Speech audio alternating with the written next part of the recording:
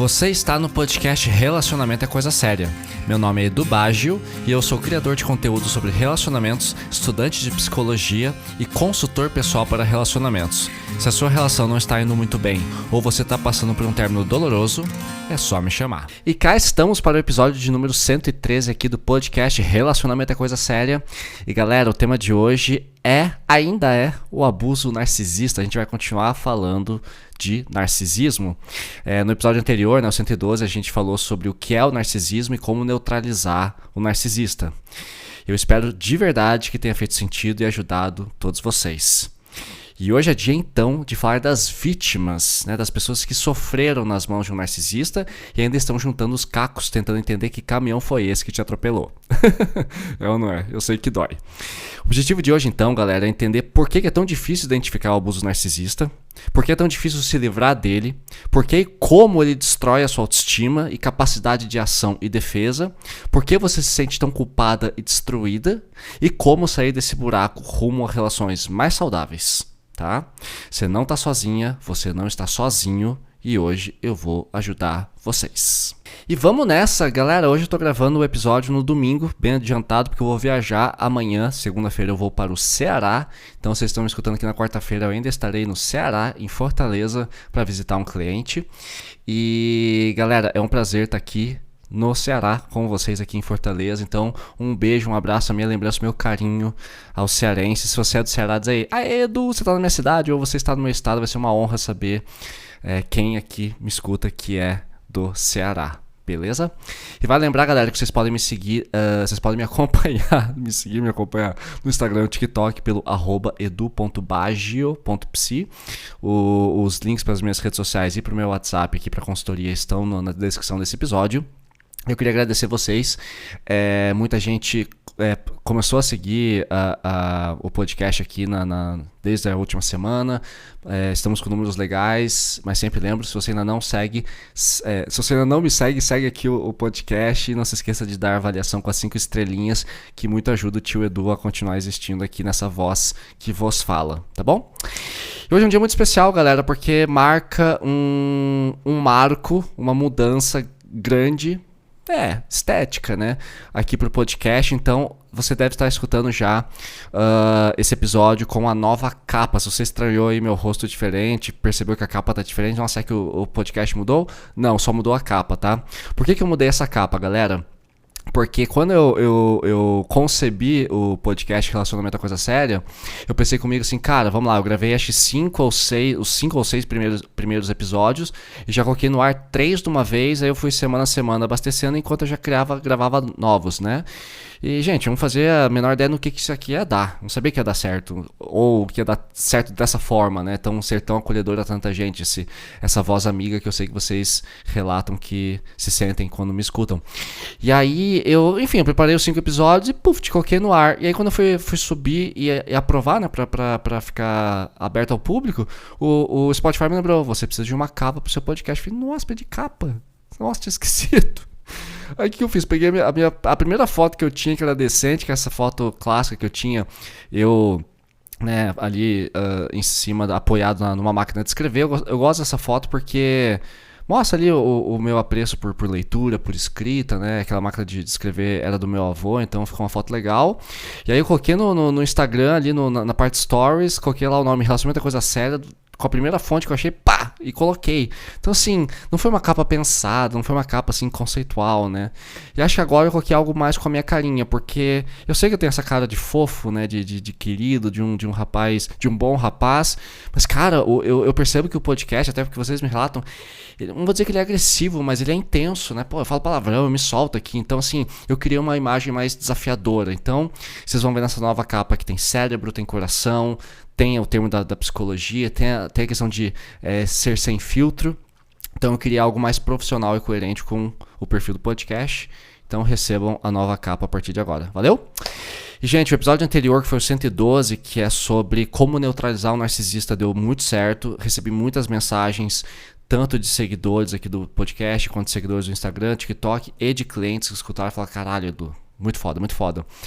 E eu sei que não foi um episódio fácil pra vocês escutarem, tem muita gente ainda processando, que se assustou, falou, nossa, Edu, eu tinha que ter escutado esse episódio há 5 anos atrás, há 5 meses atrás, há 5 dias atrás teria feito sentido e teria feito diferença na minha vida.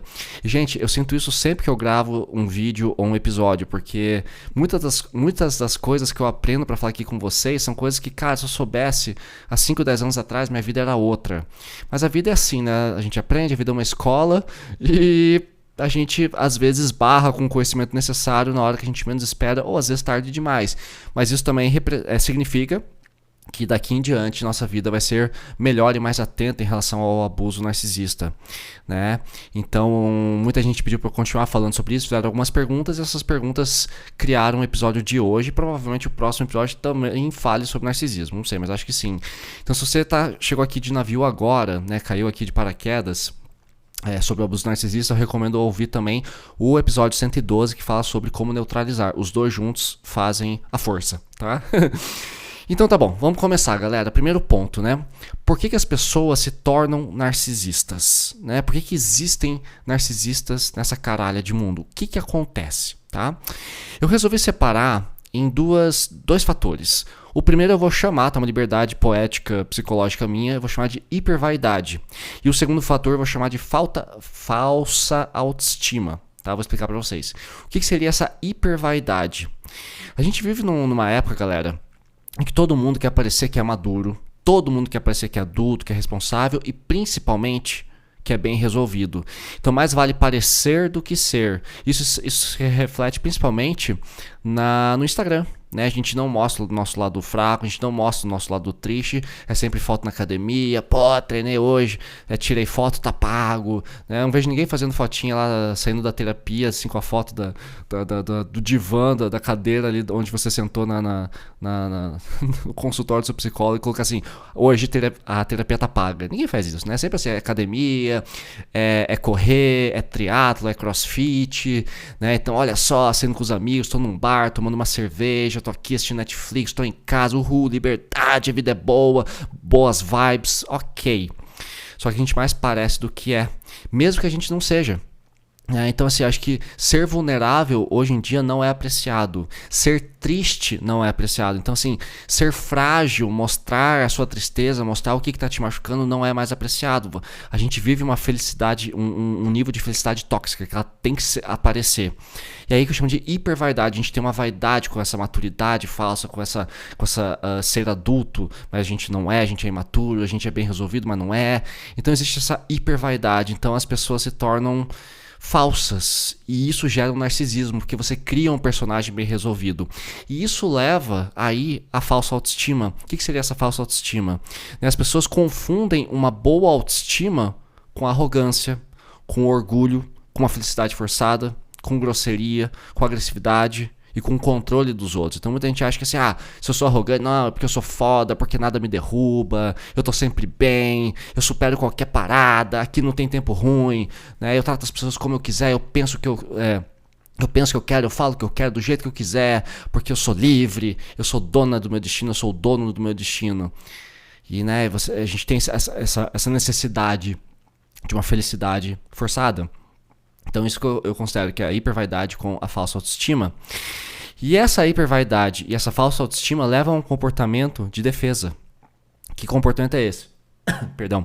Pra gente poder sustentar esse personagem que a gente cria, que não é vulnerável, que a gente quer parecer e que a gente não quer mostrar as nossas fragilidades, as nossas dores, as nossas dificuldades, a gente percebe que, por mais que a gente às vezes tente não transparecer esses defeitos, essas lacunas, as pessoas percebem. Isso leva a gente a uma dificuldade enorme de receber críticas, porque as pessoas percebem os nossos erros, as pessoas percebem quando a gente não tá bem, por mais que a gente disfarce. Então a gente chega num ponto que a gente simplesmente odeia crítica. Eu acho engraçado que minha mãe ela sempre diz assim, né? Du, mas é que você não entende que ninguém gosta de crítica. Eu falei, ok, tudo bem, né? Ninguém gosta de crítica, mas todo mundo adora criticar. Né?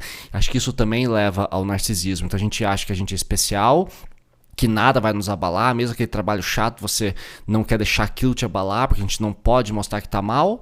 E aí o que você faz? Você desenvolve esse personagem, você critica todo mundo, afinal é uma hiper vaidade, você é o bonzão, você é a boazuda, você é a inabalável, né? Aquela que tá sempre bem, sempre sorrindo, sempre ouvindo música alegre, mas não suporta a crítica. Deus me livre de criticar, né? Então é isso que na minha visão, de um ponto de vista super de boa, assim, é o que leva ao narcisismo. Lógico, tem razões N aqui dentro da psicologia que a gente poderia dissecar, mas não caberia no episódio de hoje, tá? Meu objetivo aqui é outro. E o que outros fatores, assim, de rotina e de autocuidado que levam ao narcisismo, tá? São 2 pontos, que é falta de saúde mental e hábitos nocivos. Quais são eles, né? Primeiro, pouca ou nenhuma terapia. Gente, menos de 1% da população brasileira faz terapia. Eu sei que é caro, tá? Eu sei que esse é um argumento super válido. Edu, não faço terapia porque não tem dinheiro. Ok, eu entendo. Ainda assim, vocês podem procurar o SUS, tem terapia lá. Vocês podem procurar faculdades particulares ou públicas que os estudantes atendem a população. Às vezes a fila é gigante, eu sei, mas tenta. Vocês podem usar o ChatGPT, tem um episódio que acho que é o 108, se não me engano, que é como que o ChatGPT pode te ajudar, tá? Lógico, tomem muito cuidado com ele, mas lá nesse episódio eu ensino como usar. E assim, e as pessoas que têm condições pensam assim, mas terapia é coisa pra doido, é coisa pra gente doente, é pra neurodivergente, é pra quem tem depressão, TDAH. Não, terapia é pra todo mundo, tá? Inclusive pra narcisistas.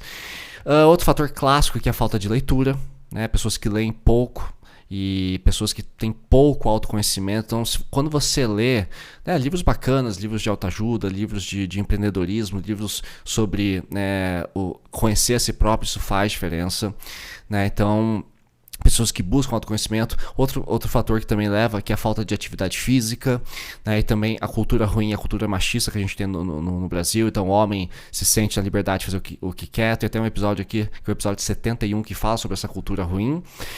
E acima de tudo também, galera, o isolamento social. Então a gente tem poucos amigos. E quando a gente entra no relacionamento, o que acontece? Eu sempre falo aqui que o relacionamento, os relacionamentos amorosos, né, lógico, eles são um campo em que você vai perceber que vai sair o melhor de você, mas também o pior. Porque quando a gente cria intimidade com alguém, a gente acha que vai ser tudo bonito, tudo maravilhoso. Mas quando a gente entra em contato com um parceiro ou com uma parceira, os nossos defeitos também aparecem, tá? Aliás, se você quer se conhecer, se relacione. Tá? Então por isso que é importante você ter amigos, ter colegas de trabalho, ter parceiro, ter parceira, porque quanto mais você entra em contato com as pessoas, mais você se conhece, e inclusive as coisas ruins que você pode ajustar, né? Suas toxicidades, seus abusos. Então, quando a gente entra em contato com um parceiro ou com uma parceira, é aí que a gente percebe realmente o que tem de bom e o que tem de ruim na gente. E ninguém nesse mundo narcisista gosta de ver os próprios defeitos. Lembrando, é a hipervaidade e a falsa autoestima. Eu sou bom, apesar de estar triste. Eu sou feliz, apesar de estar arrasado. Né? Vai dar tudo certo, acredito em Deus. Né? Pé na tábua, fé em Deus e vamos que vamos. E não é bem assim. Então... relacionamentos nos mostram quem nós realmente somos, e tem pessoas que não suportam olhar para si próprias, olhar para dentro. Então quando a gente junta a hipervaidade com a falsa autoestima, falta de saúde mental, hábitos nocivos, pouco ou nenhuma terapia, falta de leitura, falta de autoconhecimento, falta de atividade física e essa cultura machista, o narcisismo brota, tá? E, né, como eu já falei, a gente tem que lembrar também da felicidade tóxica, né, que é esse estar bem a todo custo, ocultar vulnerabilidades, mesmo que isso custe o abuso do seu parceiro, né? E muitas vezes a gente percebe que a relação não está indo bem. E o nosso comportamento é o quê? Como a gente não quer assumir os nossos defeitos, porque isso dói, porque a gente não se conhece, a gente não suporta a crítica, o que a gente faz? O que todo narcisista faz de forma profissional, que é terceirizar a culpa, jogar a culpa no outro. Então, se a gente tá mal, a culpa é sua. Se a gente não tá transando, a culpa é sua. Se a gente brigou é porque você não fez isso, porque você não fez aquilo. Não põe essa culpa em mim. Ou seja, a gente delega toda a culpa pro parceiro. Isso faz parte dos traços do narcisista. Tá bom? Espero ter feito sentido. Qualquer dúvida, coloca aí nos comentários. E agora a gente vai partir para quem é o narcisista abusivo.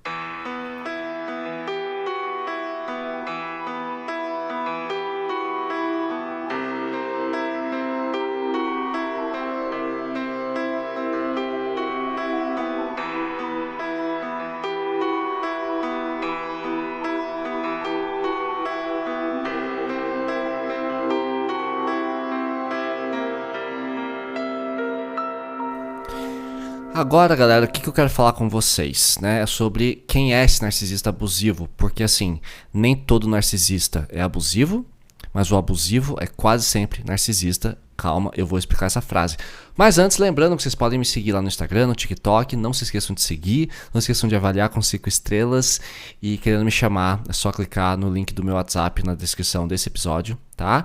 E escrevam aí de onde vocês são. Um ouvinte deu essa ideia lá no Instagram. E sim, eu quero saber de onde vocês são. Se você é do Ceará, principalmente onde eu tô hoje, mas da onde vocês são? De que país? De Portugal, né, da Espanha, sei lá, de Recife, do Amazonas, de Curitiba, Paraná, de São Paulo, Rio de Janeiro, enfim, Brasília, de onde vocês são, fala aí pra mim, tá bom? Então vamos lá, nem todo narcisista é abusivo, mas o abusivo é quase sempre narcisista. Então tá, então vamos primeira parte da frase, vamos dissecar. Nem todo narcisista é abusivo. Sim, galera, nem toda pessoa com um transtorno de personalidade narcisista, que é o TPN, N de navio, que eu falei no episódio 112, ou uma pessoa com traços narcisistas vai abusar dos outros conscientemente. Nem todos eles vão, tá? Alguns podem ser egocêntricos, né, mas ainda assim eles não manipulam, eles não vão te traumatizar. Ou seja, são pessoas que são sim difíceis de conviver. Você vê ali uma arrogância, eu sou fodão, eu sou a fodona, eu nunca erro, minha vida é perfeita, olha como eu supero tudo, nada me abala. Mas elas não cruzam a linha do abuso, ou seja, elas são um pouquinho chatas, às vezes aquela pessoa que é metida para um caralho, mas ela não vai te fazer sofrer, não vai delegar a culpa toda em você, tá? Tem narcisistas que a gente consegue lidar, e no fundo, todo mundo aqui nessa porra desse planeta já foi narcisista pelo menos uma vez na vida, eu inclusive, tá? Eu tenho plena consciência do meu narcisismo. Já melhorei muito, tá? Outra coisa, né? A segunda parte da frase. Mas o abusivo é quase sempre narcisista. Como assim, Edu? Quando a gente fala de um relacionamento abusivo com manipulação emocional, gaslighting, chantagem, depreciação, idealização e descarte, aí sim a gente tá falando de um abuso que é narcisista, tá? Porque nem todo abusivo é narcisista, mas quase sempre é. Então assim, o narcisista vai ter uma necessidade de controle e de admiração, né? Ele precisa de controlar, as coisas têm que ser do jeito dele. O que é esse controle? Restaurante, ele que vai escolher. Vocês vão assistir um filme, ele vai escolher. Se vocês têm um assunto para falar, ele quer escolher esse assunto. Ele quer decidir o destino da viagem. Se vocês vão fazer uma comida juntos, é ele que vai decidir. E os pensamentos têm que ser do jeito dele. O ritmo da relação tem que ser do jeito dele. O sexo tem que ser do jeito dele. É uma pessoa muito controladora. E ele começa a olhar para sua roupa, ele começa a olhar para seu comportamento, e começa a te criticar, e começa a apontar os seus defeitos. Ele precisa te depreciar para se sentir admirado, e você precisa constantemente também validá-lo, né? O narcisista abusivo, ele é incapaz de empatia verdadeira, tá? Ele não consegue se colocar no seu lugar, ele usa os outros como extensão do próprio ego. Então tudo que acontece ao redor dele é responsabilidade dele, exceto, lógico, o que dá errado. Se algo deu errado, a culpa é sua, mas o que deu certo é porque ele teve uma ação, ele foi responsável por aquilo. Se algo deu certo na sua casa, né, na sua família, na empresa dele, é porque ele teve essa grande ideia, né? E lógico, o narcisista, ele se irrita ou ele ataca, e até ataca quando é contrariado.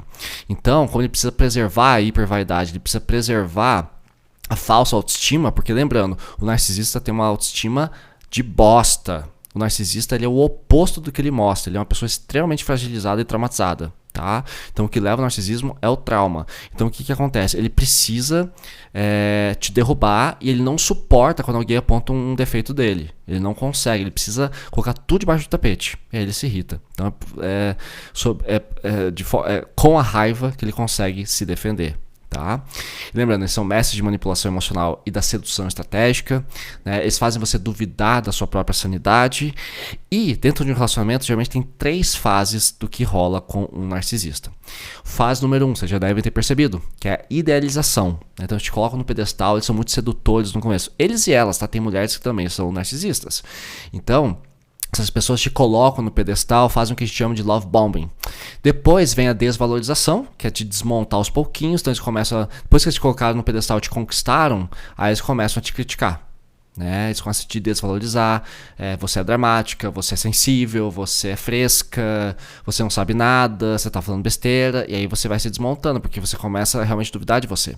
E aí vem a descartabilidade, que é o descartável, né? O narcisista some, te substitui e te culpa, ou seja, você é o vilão da história, você é a vilã, a culpa é toda sua, a relação deu errado porque você fez merda, tá? E eu acho que isso é muito triste mesmo, Tá? Então tomem cuidado com isso. Por isso que eu sempre falo, gente, um começo de relacionamento tem que ser, tem que ter elogio, claro, tem que ter flerte. Acho que é importante você elogiar a pessoa, mas não de uma forma forçada e nem antes do tempo.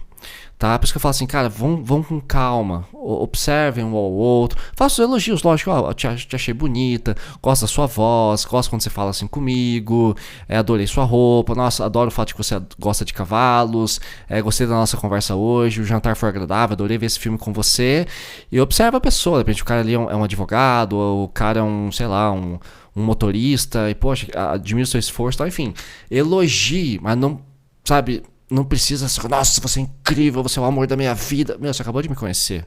Mas a gente tá junto aqui há 3 semanas, eu tô sentindo que... Não, você não tá sentindo nada. O que você tá sentindo é dopamina e serotonina explodindo na tua cabeça, tá? Então, assim, duvidem quando a propaganda é muito forte, especialmente falando de você. Então, cuidado com o excesso de elogio, tá? E quais são as técnicas de manipulação mais comuns do narcisista que levam ao abuso narcisista? O clássico sempre fala que é o gaslighting, né, que é a distorção da realidade. Então ele distorce a realidade, ele muda os discursos, ele muda o que ele falou. Aí você vai falar, não, mas naquele dia você falou que a gente ia, sei lá, a gente ia pra praia de carro. Agora você tá falando de ônibus. Não, eu falei de ônibus desde o começo. Não, você falou de carro. Não, eu nunca falei isso. Então, e aí começa uma briga aí. A sensível, a dramática é você. Eles mudam a realidade porque eles mudam de ideia e mudam a história junto. Aí a gente começa a falar assim, nossa, será que eu tô louco, cara? Porque eu lembro do que eu falei. Às vezes você vai ver lá no WhatsApp, tá lá a mensagem, mas ele vai negar. Dizer que você entendeu errado. É foda, tá? Gaslighting é te culpar por você reagir a um abuso. Tá? Outra punição clássica que é o silêncio, eles somem, que é o silent treatment, né? Que é a punição do silêncio. O love bombing, que eu já falei, que é o afeto intenso no começo. E também uma coisa que acontece muito é a triangulação, que é comparar você com outras pessoas, principalmente com outras ex ou com outros ex-namorados. Com a seguinte frase, né? Nossa, minha ex era muito mais compreensível que você. Minha ex não reclamava disso. O meu ex não via problema nisso. Meu ex topava esse tipo de coisa. E você fica tipo, caralho, para de me comparar, né? E é uma bosta. É ou não é? E bom, agora a gente vai falar de quem é a vítima e por que o narcisista come o seu cérebro vivo. O melhor lugar do mundo é aqui. E agora, o melhor lugar do mundo é aqui. E agora. Gente, esse episódio vai ficar super curto porque como eu vou viajar, eu não consigo gravar quando estou na estrada por causa de microfone, equipamento e tudo. Eu quis gravar antes. Então eu deixei esse episódio um pouquinho mais enxuto, mesmo um pouquinho mais curto, para poder gravar a tempo, tá? Então hoje vai ser mais curtinho mesmo, mas é importante que a gente tá falando do que interessa, né? E vamos lá, quem que é a vítima? Agora eu quero falar de você que sofreu. Agora eu vou te explicar o porquê que você passou por isso, por que o narcisista te arrebentou e por que é tão difícil sair dessa situação e por que talvez você realmente não consiga sozinha ou sozinho, tá? Então vamos lá. Quem é a vítima do narcisista? Essa pessoa, você que sofreu com um narcisista, você não é fraco, você não é boba, você não é idiota, você não é sensível, tá? Meu garoto ou minha garota. O que acontece é que às vezes, talvez, você seja empática ou empático demais e muitas vezes com histórico de trauma, de insegurança ou de feridas de abandono. Por quê? Quando a gente tem uma carência excessiva, a gente tem uma autoestima baixa, a gente é inseguro, a gente tem traumas, né, de abusos, de pais, de mães, de família, de escola, de trabalho, a gente fica com muito medo de ficar sozinho. Tá? Então, quando entra alguém falando tão bem da gente com tanto carinho, mas que de vez em quando dá umas explosões, a gente fica dividido entre o que é bom e o que é ruim. E aí isso cria na gente um estado de alerta do tipo, cara, tem horas que é uma merda, mas tem horas que é muito bom. Então, o narcisista ele te engana, ele te deforma, porque em alguns momentos ele é muito cuzão, ele é um escroto, mas em outros momentos ele é incrível e te atinge exatamente onde você tem uma fragilidade. E aí ele alimenta a sua insegurança, fazendo com que você se sinta segura com excesso de atenção, né? E você tem empatia, então você entende o lado dele, porque ele é um ótimo ator, uma ótima atriz para poder, né, mudar o discurso. E você, né, poxa, você que é cuidadora, você que é salvadora, você quer ajudar essa pessoa, porque você tem muita empatia, você tem uma facilidade enorme de se colocar na pele do outro, porque a vida te treinou para isso, né? E nas feridas de abandono você prefere simplesmente se entregar ao máximo a essa relação, tá? Isso junta, lógico, com a autoestima baixa, com medo de ficar sozinho. Então, assim, uma autoestima baixa, ela faz com que a gente se sinta inseguro no nosso discurso, nos nossos pensamentos. Quando a pessoa fala assim que a culpa é sua, você acredita. Quando a pessoa fala que você é responsável, você acredita, porque você não consegue mostrar seu valor. Fala tipo, não fui eu que falei isso aqui. E às vezes até acontece também de você ter sim uma autoestima boa, mas a pessoa te cansa tanto tentando mostrar que o errado é você, que você entra no que eu chamo de defesa da honra, né? Que eu escutei uma vez de um cliente. Não, eu preciso defender minha honra. Ou seja, você precisa mostrar pro narcisista que ele tá errado. Porque ele é seu parceiro, porque você fala assim, como que pode essa pessoa que eu gosto tanto, que tá na minha vida de uma forma tão intensa, falar isso de mim? Eu quero corrigir. Eu não aceito, eu quero me defender, eu quero ajustar esses pontos, eu quero justiça. E aí nessa busca por justiça, você fica presa ao ciclo do abuso. Então, o que é importante em relação ao narcisista? Se ele falar algo que você sabe que não é verdade, tipo assim, vocês combinaram de fazer uma viagem de carro, aí ele tá mudando todo o discurso. Se você tem certeza e lembra que vocês tinham decidido que iam de carro e não de ônibus, e que quem deu a ideia, inclusive, do carro foi ele, você tem esse registro e fala assim, cara, eu sei o que eu falei, tô bem segura do que eu falei, não mude o discurso. Quer mudar o discurso, a gente vai ter problemas, mas eu sei o que eu falei. Não, eu nunca falei isso. Mentir é feio, cara. Faz isso não. Aí o que você fala? Estou perdendo o interesse. A relação está enfraquecendo e eu perco a vontade de ficar com você quando você faz isso. Quando você tira a responsabilidade de você e coloca no cara e mostra que é ele que está errado, gente, o narcisista perde poder na hora, que é o episódio 112, como neutralizar o narcisista. Os detalhes estão lá, tá? A gente já falou disso. Outra coisa da vítima do narcisista, ela costuma ter vínculo ansioso, tá? Geralmente, é difícil um evitativo cair na onda do narcisista. Inclusive, eu tenho um episódio sobre o vínculo evitativo, esses são os episódios 35 ou 38. Tem lá o seguro, o evitativo e o ansioso, tá?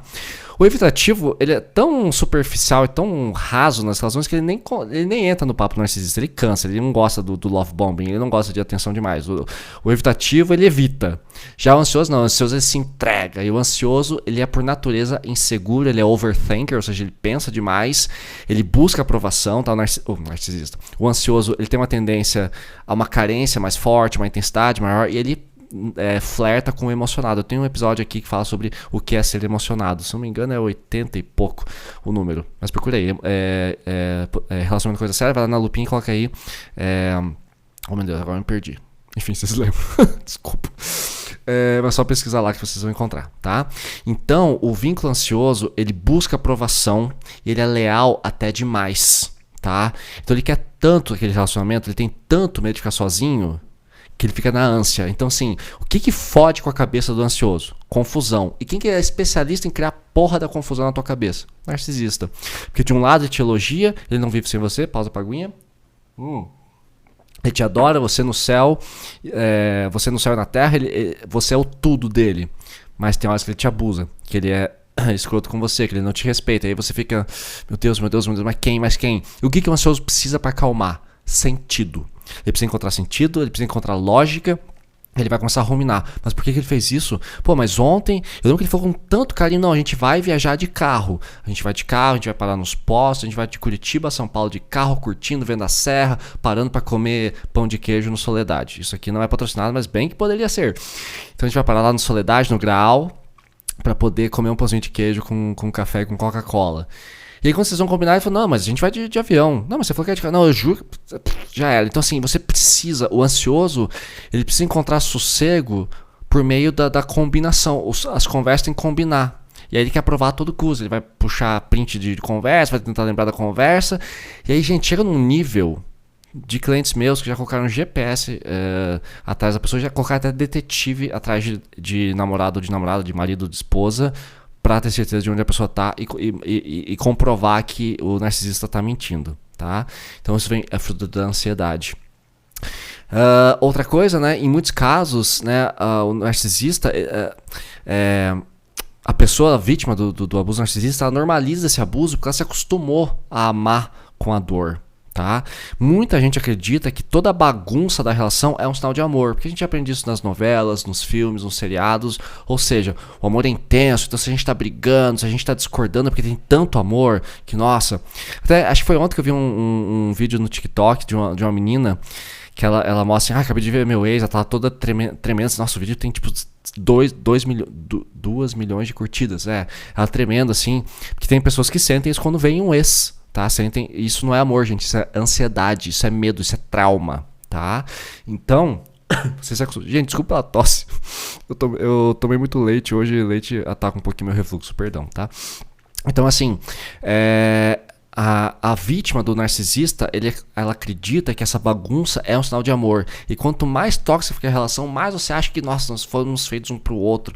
Olha a intensidade, olha o quanto a gente briga, né? Porque a briga libera a dopamina, libera cortisol, e o cortisol ele vicia, e a mente vicia nessa porra. A gente tem que tomar muito cuidado, tá? E também muitas das vítimas, né, por acreditar demais no amor, ter fé demais na relação e ter persistência, né, além de uma moral em que ela busca o justo, ela busca o que é correto, o que é coerente nessa ansiedade, a vítima tenta a todo custo argumentar, né, para tentar mostrar ao narcisista que ele está errado. Só que o narcisista muda os relatos para serem favoráveis a ele mesmo, porque ele não pode ver os erros dele. Então o que ele prefere fazer? Jogar tudo em você. E aí você fica presa no ciclo, tá? E quais são os sinais de que você foi ou é vítima de um narcisista? Primeiro, você vai se sentir confuso ou confusa o tempo todo, tá? E é isso que te prende. Então, é um estado de confusão constante. E quando a gente está confuso, a gente tenta buscar ajuda, a gente tenta buscar sentido. E nisso a gente fica lá revisando as conversas de WhatsApp, lembrando das conversas, brigando em público, brigando na fila do cinema, brigando na fila do mercado, brigando a caminho do trabalho, brigando quando tá em casa, brigando durante a transa, brigando depois da transa, transando no banho, brigando no banho, mas também transando no banho, enfim. Gera confusão. Se você está muito confuso numa relação, algo não vai bem. E a vítima do abuso narcisista morre confusa. É assustador, tá? Outra coisa clássica da vítima, que eu escuto isso muito dos meus clientes que vêm reclamar de problema com narcisistas, que é que você fala ou escreve mensagem sempre pisando em ovos. Você tem medo de falar alguma coisa errada? É dar-lhe água.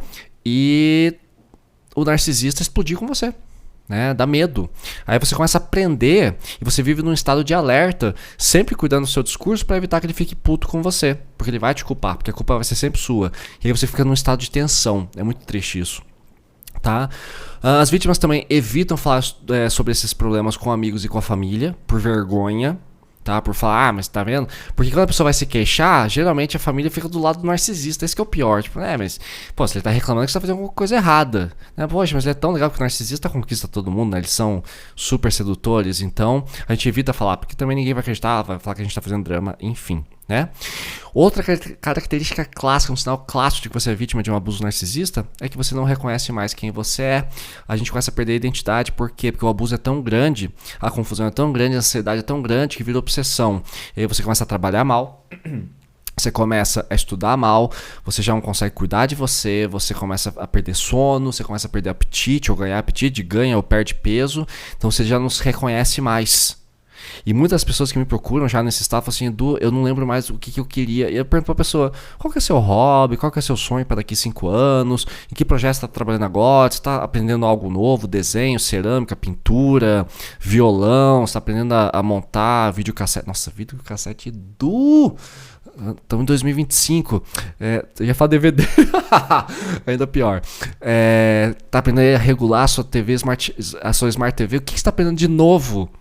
Né? Nada. Meu objetivo é desmascarar esse cara que tá me deixando louco. Ou seja, você já não tá nem focado em você, mas você perde a sua individualidade, você perde a sua identidade. Isso é muito triste, né? E aí você vai se culpar por tudo, você passa a negociar para acalmar o narcisista. E uma coisa clássica que eu vejo nos meus clientes que sofrem com narcisistas é a famosa... Não se ofendam, tá? Isso aqui eu vou falar com bastante carinho, mas isso acontece, tá? É um recurso que as vítimas usam, que é falar com vozinha de mãe. Tá? Você começa a negociar e pedir, por favor, para que essa pessoa, o narcisista, tenha um melhor comportamento. Então, você vai falar do tipo, eu sei, amor, eu sei, mas a gente pode tentar não brigar por isso? Por favor, tô te pedindo, por favor, não briga comigo. Não vamos fazer uma briga. Eu lembro que você falou que a gente ia de carro, mas por favor, não vamos brigar por isso. Você pode me entender? Você pode não ficar nervoso hoje? Só hoje.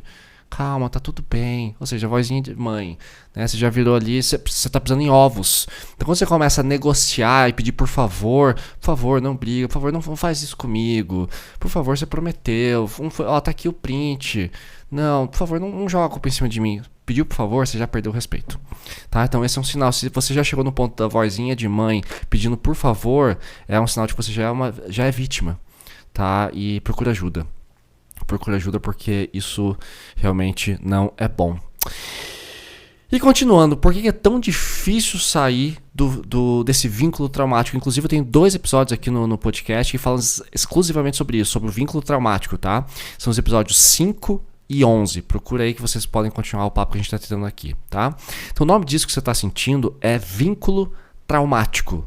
Ou seja, você sofre um trauma que gera um vínculo, gera uma conexão a qual você não consegue romper. Nem espada de samurai consegue cortar essa merda. É muito difícil. E agora eu vou trazer aqui uma informação com muito cuidado, tá? Muito cuidado. Porque assim, na faculdade, quando a gente estuda a parte de anatomia do encéfalo, né, que é a parte do cérebro, do sistema nervoso, a gente viu alguns relatos, alguns artigos sobre atrofia cerebral em relação a abusos traumáticos. Só que eu não consegui encontrar nada específico de trauma de narcisista, mas o que a gente aprendeu?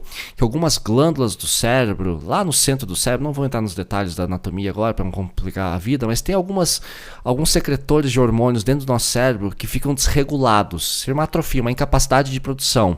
Ou seja, o cérebro traumatizado, ele não sofre apenas emocionalmente, ele sofre de forma orgânica. Então, você perde certas capacidades cognitivas. A ciência não sabe muito bem explicar como que isso acontece, tá? Mas o nosso cérebro se acostuma rapidamente com o que é ruim e com o que faz sentido, inclusive com o que faz mal. Então, as narrativas negativas que são resultantes da baixa autoestima são muito perigosas. Então, a gente começa, como o narcisista começa a abalar a nossa segurança, a gente se torna inseguros e perde a autoestima, a gente começa a ter dificuldade de perceber que a gente está sofrendo um abuso. A gente já nem sente mais. O soco já não dói mais quando bate na cara. E sim, algumas partes do cérebro sofrem atrofia, e é literalmente um dano físico ao cérebro que te incapacita de reagir. Tá? Então o cérebro, ele sofre, ele perde a capacidade de reação, então você fica doente. E aí, Edu, como é que eu posso sair disso? Tem saída? Lógico que tem, graças à neuroplasticidade, o cérebro pode se recompor. E como é que você faz isso? Daqui a pouquinho eu vou falar especificamente como sair dessa merda, mas basicamente mudando completamente de vida, tá? O cérebro consegue se reconstituir. Já vou falar disso. Segura aí. Estamos chegando lá. Daqui 2-3 minutos eu vou falar disso. É que eu tenho vários detalhes para falar, tá? Não quero perder o raciocínio. Outra coisa é por que faz ser tão difícil sair do abuso narcisista. Que é o quê? O medo da solidão e ansiedade disparada, que foi o que a gente falou. Né? A sua autoestima está destruída e você se vê dependente da aprovação narcisista. Então muita gente não consegue seguir em frente enquanto não mudar a opinião do narcisista. Ele já até saiu da sua vida, já não quer mais saber de você, e tem pessoas que ficam presas ao ex e mandam mensagem: por favor, me dá uma chance. Que a pessoa, ela absorve a culpa, ela admite: não, realmente foi eu que fudi com a tua vida, né? E a pessoa quer se redimir. Pelo amor de Deus, deixa eu te provar que eu sou uma pessoa boa, deixa eu te provar que eu mudei. Você nem precisa provar porra nenhuma, foi a pessoa que te fudeu. Mas você sente essa ânsia de ir atrás e tentar buscar aprovação. Enquanto você não tiver aprovação, ele fala assim: não, tá tudo bem, eu te perdoo, você não consegue seguir em frente. Isso é muito triste, né? Outro fator que faz ser difícil sair do vínculo traumático com o narcisista é uma vida sem individualidade. Então ele já ressecou, já destruiu os seus hobbies, os seus pensamentos. Você já não faz mais as coisas que você gosta, porque ele te controla, ele te proíbe, os ciúmes dele é controlador, você já não tem mais vida. Então você se vê presa àquele ciclo, e aí fica muito difícil sair, né? Então é um apego misturado com dor. Muita gente também sofre quando é de uma família disfuncional. Muitas vítimas do narcisismo na fase adulta sofreram com narcisistas na infância, seja um professor, seja um pai, uma mãe, um tio, algum abusivo na sua família. A gente se acostuma e aprende a entender que isso é familiar, que isso é próximo e que pode ser aceito, que é uma pena, né? Outra coisa muito comum que torna difícil a saída é o que? É o que a gente chama de dissonância cognitiva e amor por nostalgia. E é muito comum eu escutar frases como: ah, mas ele foi tão bom pra mim no passado, no começo foi tão bom. Nossa, Edu, você tinha que ter visto como era no começo, ele era tão querido, ele me tratava tão bem, sabe? Tudo corria legal. Ou seja, essas frases: nossa, mas os 2 primeiros anos foram incríveis, os 10 primeiros anos, nossa, antes da nossa filha nascer era maravilhoso, depois que aconteceu, aí ele desregulou, ele não quis assumir, tá tudo uma bosta. Então, nossa, era tão bom, foi tão bom, eu quero recuperar, eu quero resgatar esse momento antes da gente ter filho, quando ele me dava muito mais atenção. Agora tá tudo nas minhas costas. Eu quero retomar aquele cara que me conquistou, aquela menina que me conquistou. Então é uma dissonância cognitiva. Você já não percebe que você está vivendo de um passado. É um amor por nostalgia, que essa realidade não existe mais. Mas você está presa tentando pegar de volta aquela sensação gostosa lá do começo, que não tem mais retorno, né? Outro fator clássico que é a dependência emocional negativa, eu falo disso no episódio 59, tá? Então, dependência emocional negativa é quando você depende de alguém e sem a aprovação dessa pessoa você não consegue seguir, tá? Que é tá lá envolvido com medo da solidão, ansiedade, vínculo ansioso, a vida sem individualidade e atrofia cerebral, tá? Vergonha e isolamento também são fatores, né? Então a vítima acha que ninguém vai acreditar nela, que é bobagem, que ninguém vai dar suporte. Nossa, no fim o episódio vai tá chegando em 45 minutos. Olha só o que eu falei. Então, assim, tem esse isolamento e, lógico, um dos fatores mais complicadores, que é o quê? A esperança de mudança, tá? O narcisista promete que vai melhorar, mas ele nunca cumpre, e você tá ali, porque é isso que eu falo, às vezes você tem fé demais, tem persistência demais, tem teimosia demais. Então eu sempre falo, cara, a relação ficou ruim por 3 meses, se for uma relação longa, vamos falar assim, 4 anos ou mais, 2 anos ou mais, mas enfim, eu sei que vocês gostam, tem muita gente que namora há 8, 10 anos. Então assim, você tá num namoro longo, acima de 5 anos, passou 3 meses tá ruim, passou 6 meses tá ruim, cai fora.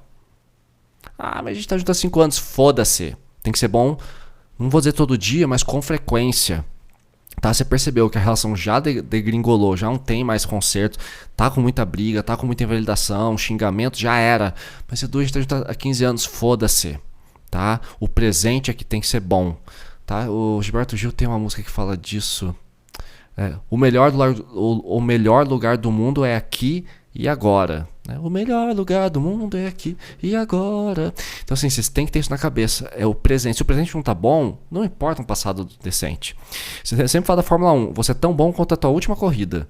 Que adianta você ser tetracampeão, pentacampeão, hexacampeão e você não tá tendo resultado esse ano. Os teus títulos não vão garantir sucesso esse ano. Então não se prenda por nostalgia, tá? Outra coisa. Não, acho que era isso. Então vamos lá, como a gente sai dessa merda, Edu, qual que é a solução? Então, caralho, eu já tô aqui agoniado. O que eu faço pra sair? Olha, o segredo é simples, gente. Tá? É simples porque é acessível. São poucas coisas que você precisa fazer. Em primeiro lugar, terapia e consultoria. Tá? Começou a perceber que você está caindo nesse ciclo, me procura. Procura um psicólogo, um terapeuta, enfim, um psiquiatra, alguém que te ajude a entender o que está acontecendo dentro de você, tá? Procura ajuda, tá? Às vezes demora para sair, você não vai ser de primeira. Tem uma média, agora não vou lembrar exatamente o estudo, mas isso que é mais envolvido com alcoolismo e com violência doméstica, né? Agressão.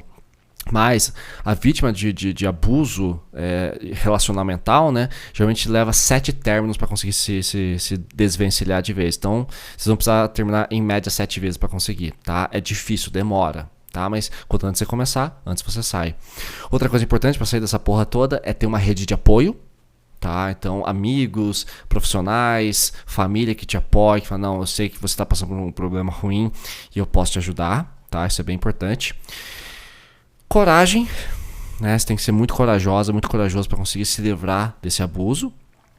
E aí você pode, lógico, ouvindo esse podcast, ouvindo outros materiais, vendo lá no meu Instagram, meu TikTok e tantos outros influenciadores maravilhosos que tem por aí, que criar um plano de ação de saída, reconhecer o abuso, mas o terapeuta vai saber te ajudar quanto a isso. Até o ChatGPT ajuda a gente. Procura ajuda, tá? Vejam ali como vocês conseguem sair disso. E agora o mais importante, vocês já estão enjoados de saber, careca de saber, tem episódio aqui no podcast falando sobre isso, mas que é a porra do contato zero. Vocês têm que fazer isso, galera, tá? Então, a única cura empoderada que vocês podem conseguir é ignorar e sentir uma imensa satisfação com a sensação de liberdade quando você ignora o narcisista. Já me relacionei com garotas narcisistas, tá? Extremas. E quando a gente terminou, elas vieram depois, mandaram mensagem: oi, que saudade, oi, como você está? Eu simplesmente não respondi. E é maravilhoso não responder.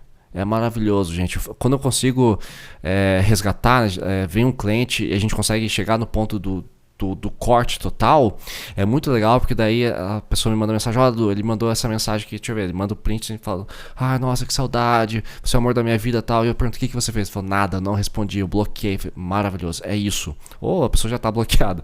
Mas é muito bom quando você toma consciência, consegue resgatar sua individualidade, né? Você reverte a sua atrofia cerebral, você consegue ali cortar aquele cordão umbilical, e aí você consegue ignorar a pessoa e entrar no contato zero, tirar do Instagram, bloquear no Instagram, enfim. O contato zero é muito importante, tá? É muito importante. E sobre a atrofia cerebral que eu falei, o que vocês têm que fazer, tá? É mudança de hábitos. Começar uma academia, ler bons livros, fazer a terapia. Tudo isso que eu falei até aqui agora vai fazer o seu cérebro voltar a um estado de saúde, de consciência, de auto-amor, de autoestima, de autorrespeito, de autoconfiança, tá? Então, da mesma forma como o cérebro atrofia, ele se regenera, ele consegue criar novas conexões. Lembrando, os seus neurônios, galera, os neurônios de vocês, eles se restabelecem, são células, elas morrem e renascem. Então, se você criar novos hábitos, começar a cuidar de você, fazer uma skincare, vai pra academia, faz atividade física, tenha novos amigos, cria um novo hobby, mude de casa, mude de emprego, né? Comece a consumir novos conteúdos, não fica só vendo as mesmas coisas de sempre, sai da frente da TV, vai num parque, né? Aprenda algo novo, conheça novas pessoas, faça novos amigos, o seu cérebro começa a reconstituir. Quanto tempo leva? Depende do seu esforço e com a intensidade que você faz isso. Mas geralmente, você saiu de um ciclo de abuso narcisista e começou a fazer o trabalho, a lição de casa, em 1 ano a tua cabeça volta ao normal. Eu sei que demora, eu sei que não é da noite pro dia, mas se você fizer a lição de casa, em 1 ano ali você fica bem. Eu garanto a vocês, com novos hobbies, novos amigos que realmente te valorizem, pessoas que realmente gostam de você, te tratem bem, ali novas atividades, novas significâncias, você se sente 85% melhor em 2, 3 meses. Tá? Então você tem que fazer a lição de casa. O seu cérebro volta, ele volta a produzir boas químicas para você se sentir bem.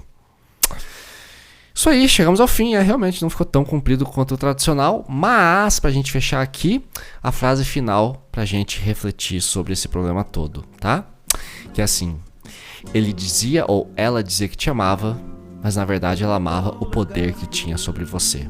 Isso resume o abuso narcisista, galera. Ele dizia que te amava, mas o que ele ama no fundo é poder te controlar. É tudo sobre controle. Narcisistas gostam de controle, e sem controle eles murcham. Então o segredo para se livrar do abuso narcisista é tirar o poder dele de te controlar. E para fazer isso, reafirme sua autoestima, procure terapia e reinvente a sua vida, que teu cérebro consegue voltar ao normal. Tá bom?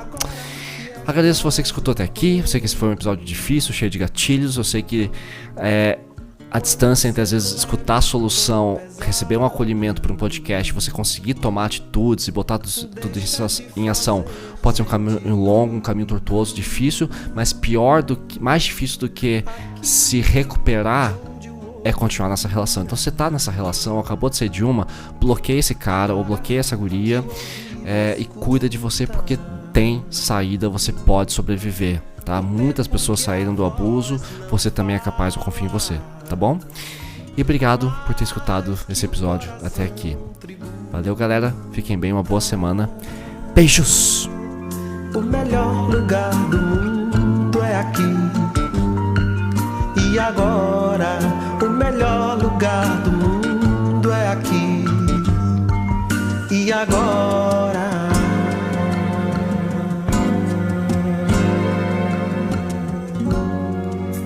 aqui, onde a cor é clara.